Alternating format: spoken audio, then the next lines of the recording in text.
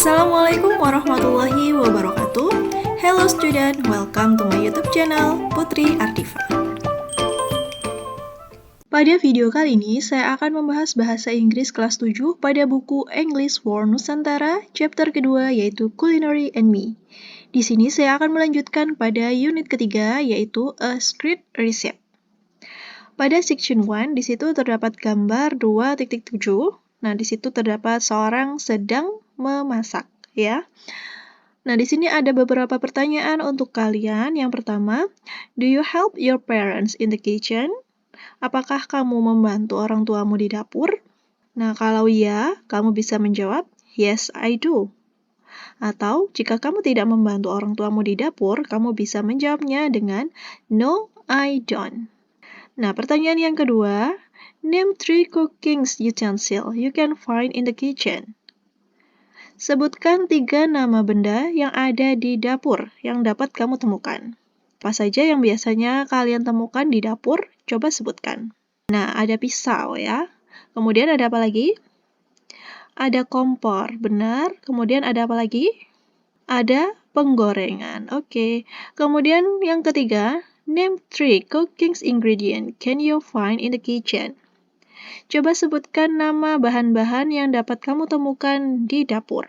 Apa saja coba sebutkan? Ada garam, kemudian ada gula, kemudian ada apa lagi? Ada cabai, betul. Oke, selanjutnya saya akan lanjutkan pada section kedua, yaitu pada language focus. Look at the picture 2.7 again. Label the picture with the correct number based on the list of utensils named in the table 2.2. See the word box. Oke, di sini tadi pada gambar 2.7 kan ada gambar orang yang sedang memasak ya.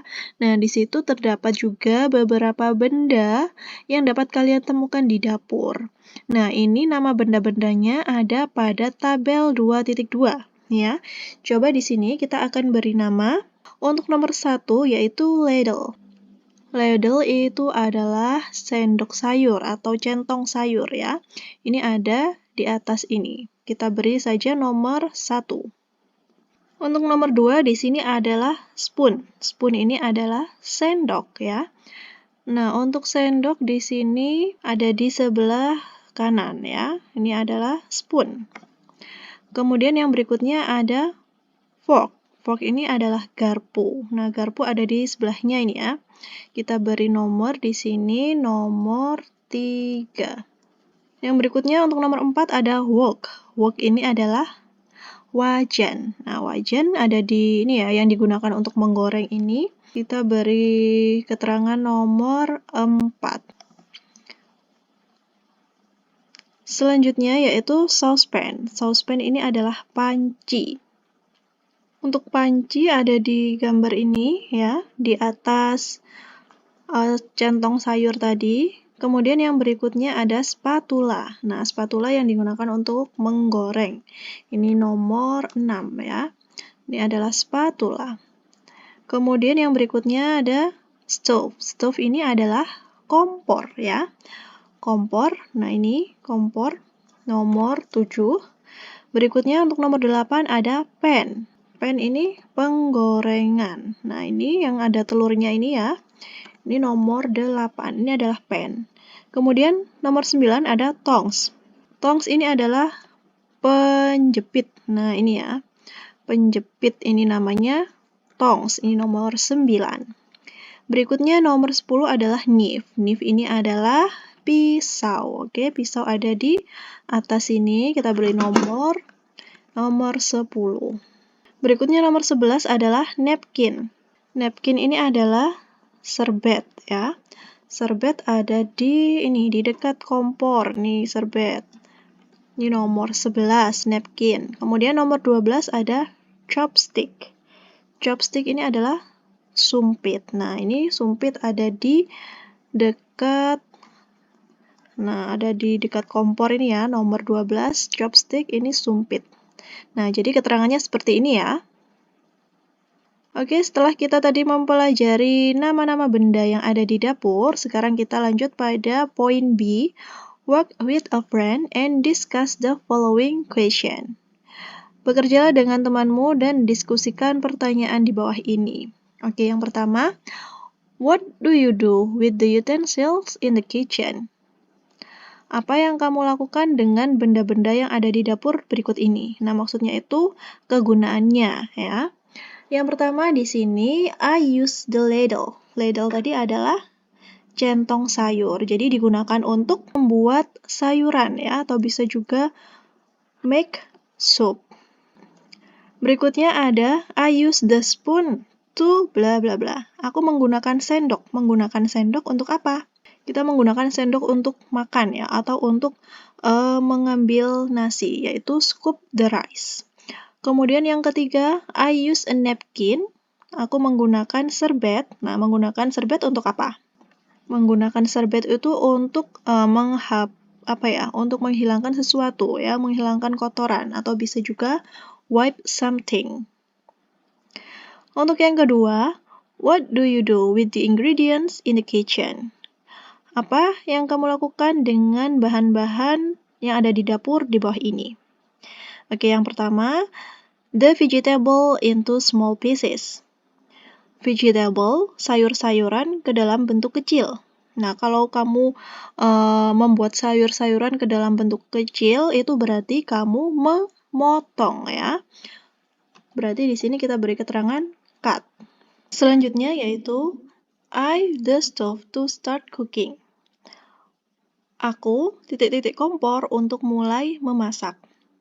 Nah, untuk mulai memasak kita harus menyalakan kompor, ya. Berikutnya, the oil into the pan. Minyak ke dalam penggorengan. Jadi minyaknya ini harus kita tuangkan atau harus kita taruh, ya, harus kita letakkan di penggorengan, yaitu put. Lanjut pada poin C. Now, match the action verb on the left column and the suitable description on the right column. Nah, di sini yang pada tabel di bawah ini, pada worksheet 2.19 nih, ya, di sebelah kiri ini ada kata kerja, yaitu action verb. Kemudian yang di sebelah kanan ini ada deskripsi atau keterangan dari action verb yang disebutkan. Nah, kalian diminta untuk mencocokkan, ya, kata kerja yang sesuai dengan deskripsi yang sesuai. Nah, di sini yang pertama adalah heat, memanaskan. Nah, kira-kira deskripsi yang tepat untuk memanaskan itu ada pada kalimat yang mana? Ya, ada pada deskripsi yang C, ya. Heat the oil in the pan, yaitu memanaskan minyak di penggorengan. Nomor 2, cut, yaitu memotong. Untuk memotong, deskripsi yang sesuai yaitu pada deskripsi yang B, ya, the vegetables into small pieces. Memotong itu berarti mengubah sayur-sayuran dalam bentuk yang lebih kecil. Berikutnya nomor 3 adalah stir, mengaduk. Deskripsi yang sesuai yaitu pada H, ya, the butter and flour mixture well, yaitu mengaduk mentega dan tepung sampai tercampur dengan baik.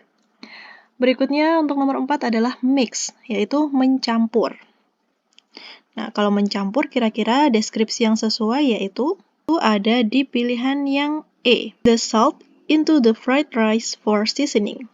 Mencampurkan garam ke nasi goreng untuk bumbu. Kemudian nomor 5 adalah turn on. Turn on ini adalah menyalakan. Deskripsi yang tepat yaitu ada pada pilihan yang G, ya. Menyalakan itu gandengannya dengan the stove, yaitu kompor. Nomor 6, pour, ini menuangkan. Menuangkan, deskripsi yang sesuai ada pilihan yang D, the water into the pan. Kemudian nomor 7, put in, ini artinya meletakkan. Deskripsi yang sesuai ada pada pilihan F, ya, the rice and the egg in the pan. Dan nomor 8 adalah peel. Peel adalah mengupas. Mengupas yang benar deskripsinya ada pada pilihan yang A, the carrot and the potato. Mengupas wortel dan kentang. Lanjut pada section 3 yaitu pada section reading. Learn the words in the box. Then label worksheet 2.20 with the correct word from the box. Oke, di sini ada 3 pilihan kata ya yang ada di dalam kotak. Ada utensils, ada ingredients, dan ada cooking steps. Nah, di sini untuk utensils ini adalah peralatan ya. Ingredients ini adalah bahan-bahan. Dan cooking steps itu adalah langkah-langkah untuk memasak.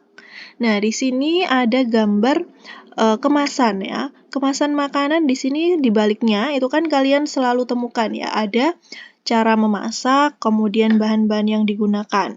Nah, di sini kalian diminta untuk menuliskan keterangan dari gambar tersebut. Nah, yang pertama di sini yang ditunjuk ini adalah ada menyiapkan, kemudian menuangkan ini ya. Itu adalah cara-cara langkah-langkah memasak, yaitu cooking steps. Nah, ini bagian dari langkah-langkah memasak. Kemudian gambar yang berikutnya ada, nah di bagian atas ini merupakan bahan-bahan yang digunakan ya, atau ingredients. Dan yang berikutnya, nah yang ditunjuk ini ada kompor, kemudian ada mangkuk, ada panci ya. Ini adalah peralatannya untuk memasak, yaitu utensils. Lanjut pada poin B, di sini kalian akan bekerja dengan teman kalian dan menjawab beberapa pertanyaan di bawah ini.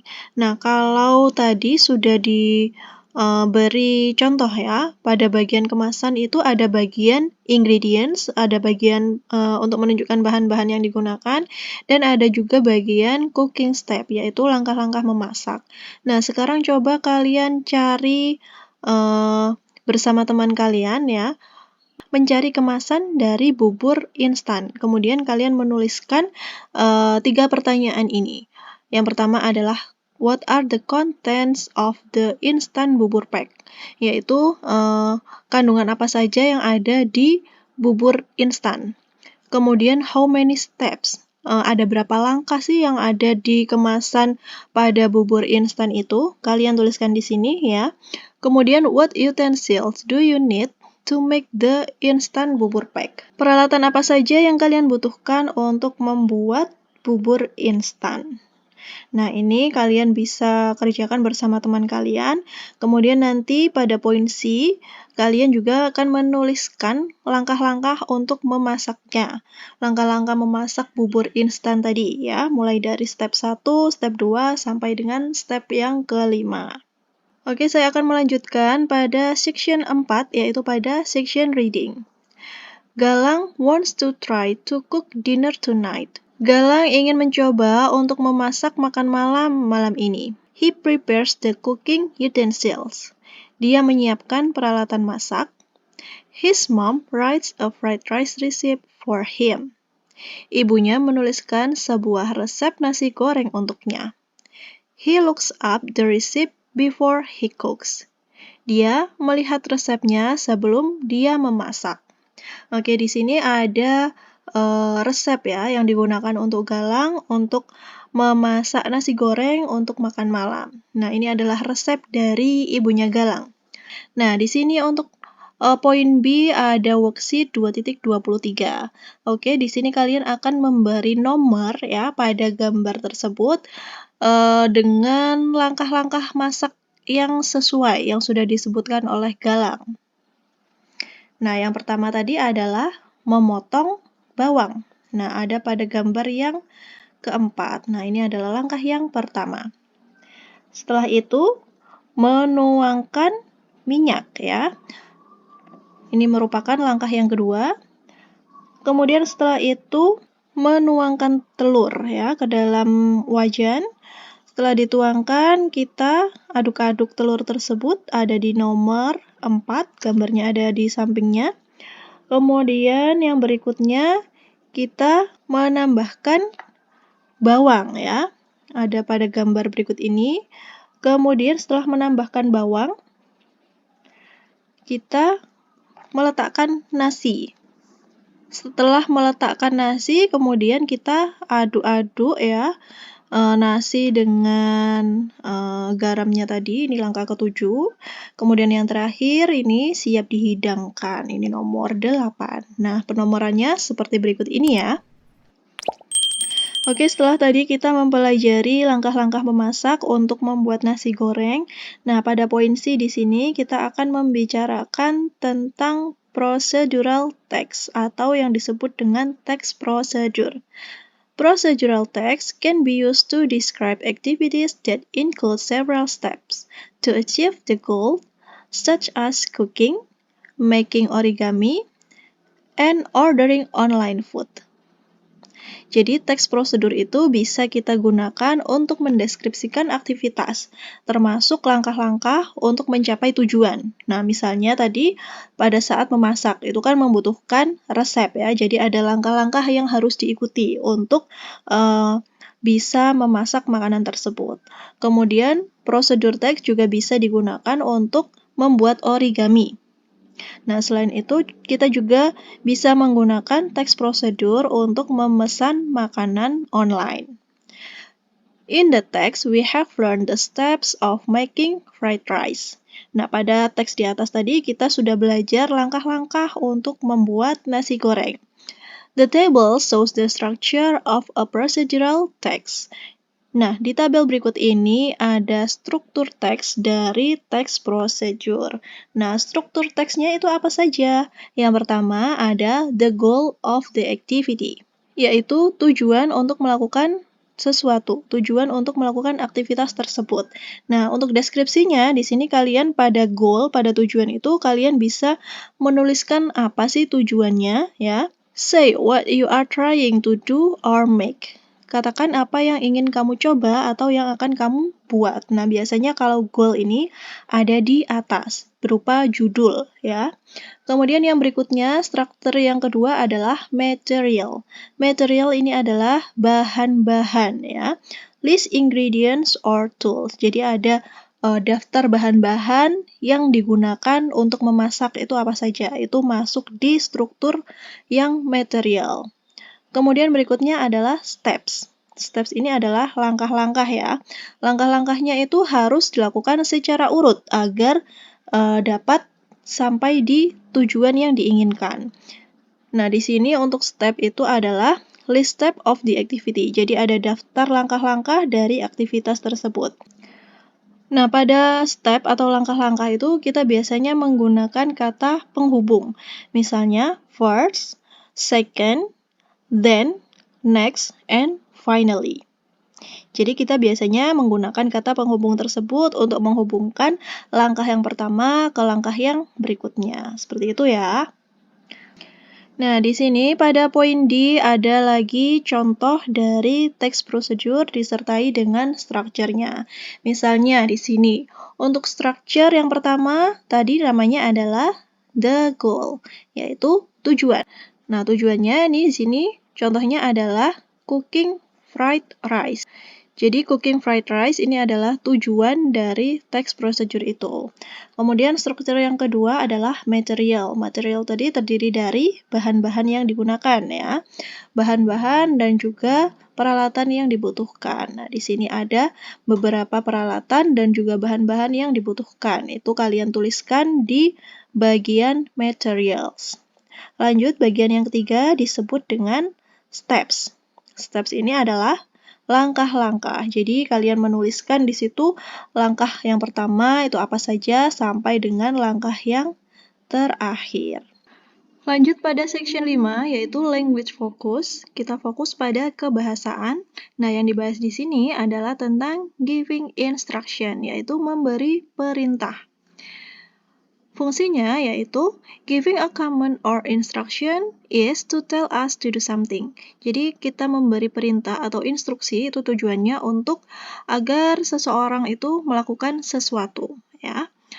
Nah, di sini untuk memberikan instruksi itu ada dua jenis, ada positif imperatif dan ada negatif imperatif.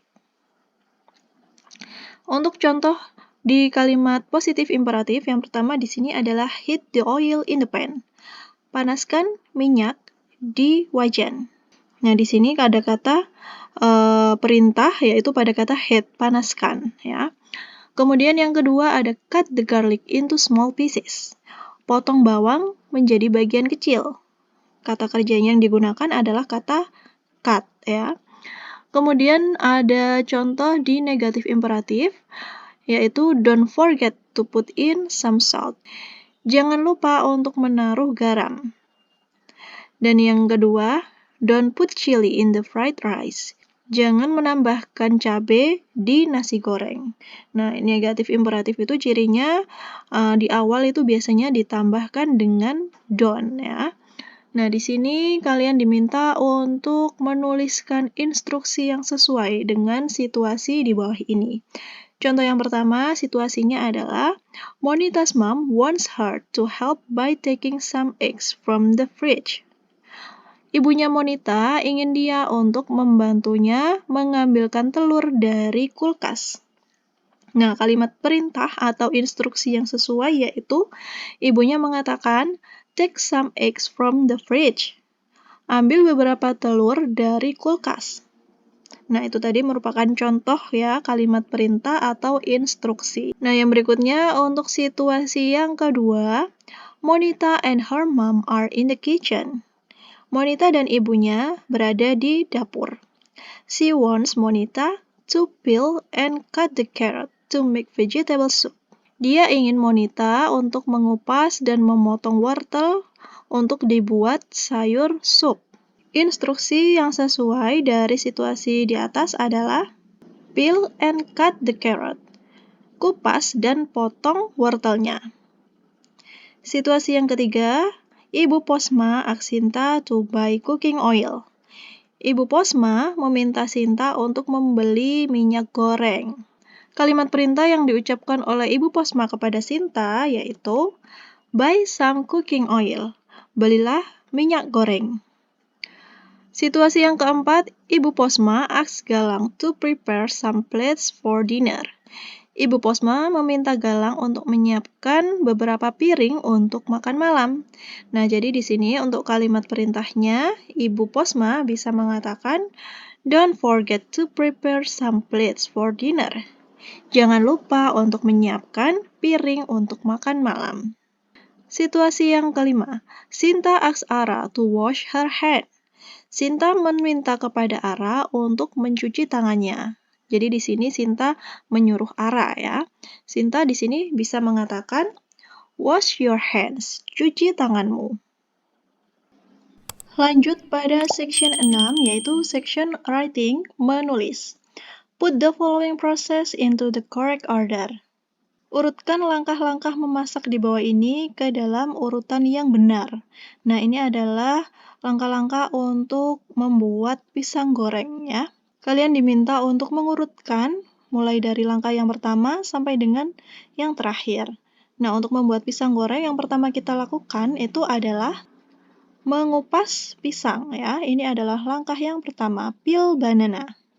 Setelah itu, setelah kita mengupas banana, kita menyiapkan tepung dan gulanya, flour and sugar. Ini adalah langkah yang kedua. Setelah gula dan tepung tercampur, kita campurkan dengan air ya. Ini adalah langkah yang ketiga. Nah, setelah air, gula, dan tepung tercampur, kita aduk ya. Ini adalah langkah yang keempat. Setelah itu, nah kita panaskan wajannya tadi ya. Kemudian kita goreng pisangnya. Ini adalah langkah yang kelima. Nah, setelah itu, pisang goreng siap dihidangkan. Ini adalah langkah yang keenam. Oke, itu tadi adalah urutan langkah-langkah untuk membuat pisang goreng. Nah, pada poin B, ini kalian diminta untuk menuliskan pembuatan pisang goreng tadi ke dalam sebuah teks prosedur ya.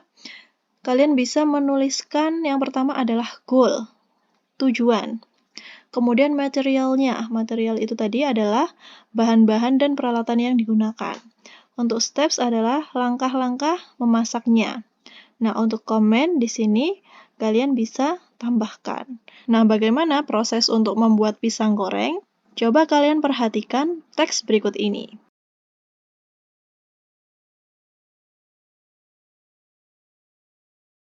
Setelah kalian menuliskan langkah-langkah membuat pisang goreng, nah di sini kita lanjutkan pada section ke-7. You are going to write a recipe for making sweet potato fritters. kamu akan membuat sebuah resep untuk membuat ketela goreng. Put a tick on the picture of the ingredient and tools that you need. Dari gambar berikut ini, tentukan bahan dan peralatan yang kalian butuhkan. Nah, di sini untuk ingredients, bahan-bahan untuk membuat ketela goreng itu kira-kira apa saja? Nah, yang pertama tentu saja sweet potato ya. Kemudian untuk flour kita juga butuh tepung ya. Kita juga membutuhkan gula, sugar. Kita juga membutuhkan minyak goreng ya, cooking oil. Dan kita juga membutuhkan milk ya atau susu.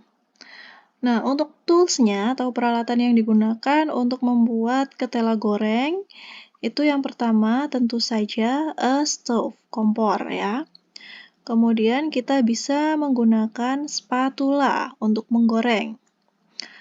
Kemudian kita bisa menggunakan sieve. Sieve ini apa ya? Untuk mengayak tepung ya, untuk menghaluskan tepung. Kemudian untuk menggorengnya kita butuh a pan. Lanjut pada poin B, underline the suitable action word or verb that you need to write the procedural steps. Garis bawahi kata kerja yang sesuai yang kamu butuhkan untuk menuliskan teks prosedur.